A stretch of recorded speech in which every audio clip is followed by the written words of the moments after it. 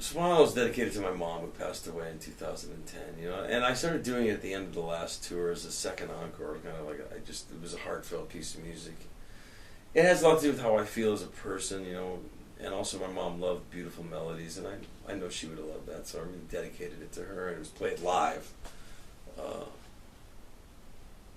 And that also has its own energy and its own feel to it, but smile, man, the opening line of the lyric, which I didn't sing, is smile when your heart is breaking. I mean, you know, that's kind of how I felt the old me, you know. Sad, but I'd smile and be a clown, and drinking and carousing and pretending that I was really happy when I really wasn't. A lot of actors, musicians, people in the public eye are like this, you know, and that's why the song is so poignant to me. It meant something, and I thought it was a nice way to wind the album down. It's just like, yeah, okay, this is me right now. Mom, this one's for you. No, I actually think words are much harder to write because they're so honest, and you know, there are interpretations of words. Some people may misunderstand something that I said, and I think, well, that's about so and so, or this is about that. I mean, I'm not going to say what songs are about. If the shoe fits, wear it. But on the other hand, I like things to keep open-ended so people can get what they want out of it. But I like to write words and be specific what I mean. But at the same time, some of these songs have an instrumental break in it, which is a solo, but it's not really a solo. It's a melodic part. It's as if the guitar took over the vocal part. You know what I mean? It wasn't all just, oh, let me just play a bunch of stuff all the time. It was really more to fit the song. I mean, I have a couple tunes where I get to stretch out a little bit, but I was thinking more in terms of being melodic and phrasing, interesting stuff like that, rather than to how fast I can play, because that's almost become futile because there's so many guys that are doing so much better than me. I want to play to my strength and do the melodic, more meaningful stuff. But last year, this year has been a wild, incredible, wild ride. I mean, that's when I really started feeling good again. I mean, I had a lot of opportunities that were given to me by some very special people. I mean, I got to do so many different kinds of things. I started out the year doing this Rock Meets Classic thing with Ian Gillan and Jimmy Jamison and Robin Beck and Chris Thompson and 80-piece orchestra. We played all over Germany, and that was a lot of fun. I was kind of like, we started the album in December. I was writing lyrics on the road, and then I came home, worked on the album for a while. March, April, I was invited to do G3 with Joe Satriani and Steve Vai, and masters of the guitar, and dear friends of mine. And that was really, I was nervous about that, but it was good for me. Joe really, I kept going, you sure, man? You sure? And he'd go like, no, we really want you there. Mm-hmm. So I had to bring it, but I mean, I don't compete like that. I was just a different flavor in the gumbo, you know what I mean? And the crowds liked me, and I'd never been to Australia and New Zealand as a solo artist before. And I was warmly welcomed, got great reviews, and obviously Joe and Steve were so incredible. It was like funny, and we had a blast. It was really a lot of fun. Came home, brought that energy to the record, not necessarily from a playing standpoint, but from an intensity.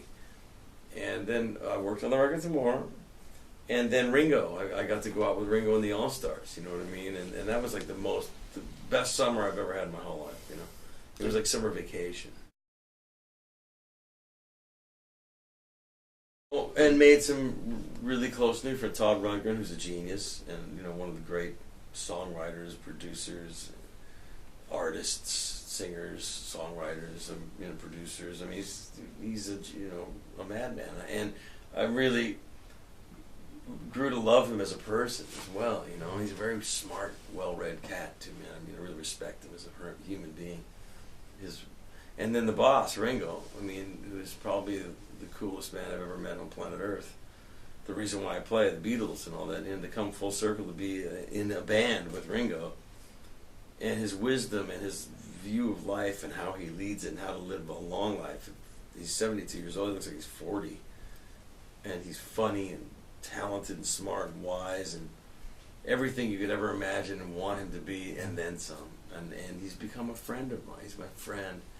And a confidant, somebody I listen to him when he talks because he has life experiences. And you learn from older people that have been through it. I mean, he's one of the Beatles. No one now, no drummer who's incredibly technical or whatever, would be here without Ringo. I mean, or any of the Beatles, but you know, and to turn around and be playing, you turn around and you look, and there's Ringo smiling at me, going, you know, and just you know, hugging me, and you know, it was, you know, it's magical. And I brought that energy home, finished the record, and then I was able to. Then we did 7 weeks with Toto, my old high school band, and I got to, you know, to be with my friends again, and we had a great successful tour, and that was kind of like a little teaser for the 35th anniversary, which is coming up next year. And I brought that energy back, mixed my record, was all done, almost all done, and went out and got called to do G3 again with John Petrucci and Joe in Mexico. Had my birthday there, and mastered the records, did all the artwork, photos, and all this stuff like that. And here I am doing promotion, and it's like almost Christmas.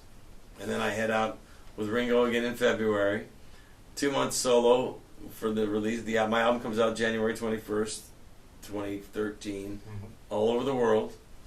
And I'll be touring all over the world over the course of the next few years with the solo band, same band as I had last time. And then Ringo in February, then me, and then Toto 35th anniversary, May through October.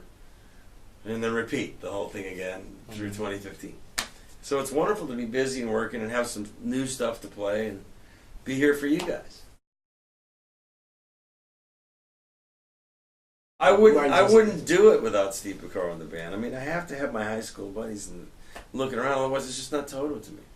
And I think, and Joseph was a high school friend, and I think he's singing better than ever. And we needed that. We didn't have that for a long time. And as a friend, it really meant the world to me as well to look around the stage and see my brothers. And we're doing it to help Mike Porcaro and the ALS. Please, this is an awful disease, man. And it's hard to watch that, but we're helping the family, we're helping ourselves, the fans are enjoying everything. It's a joy to wake up in the morning, man. I feel great. I've had one of the best years of my life, and next year's going to be even better. So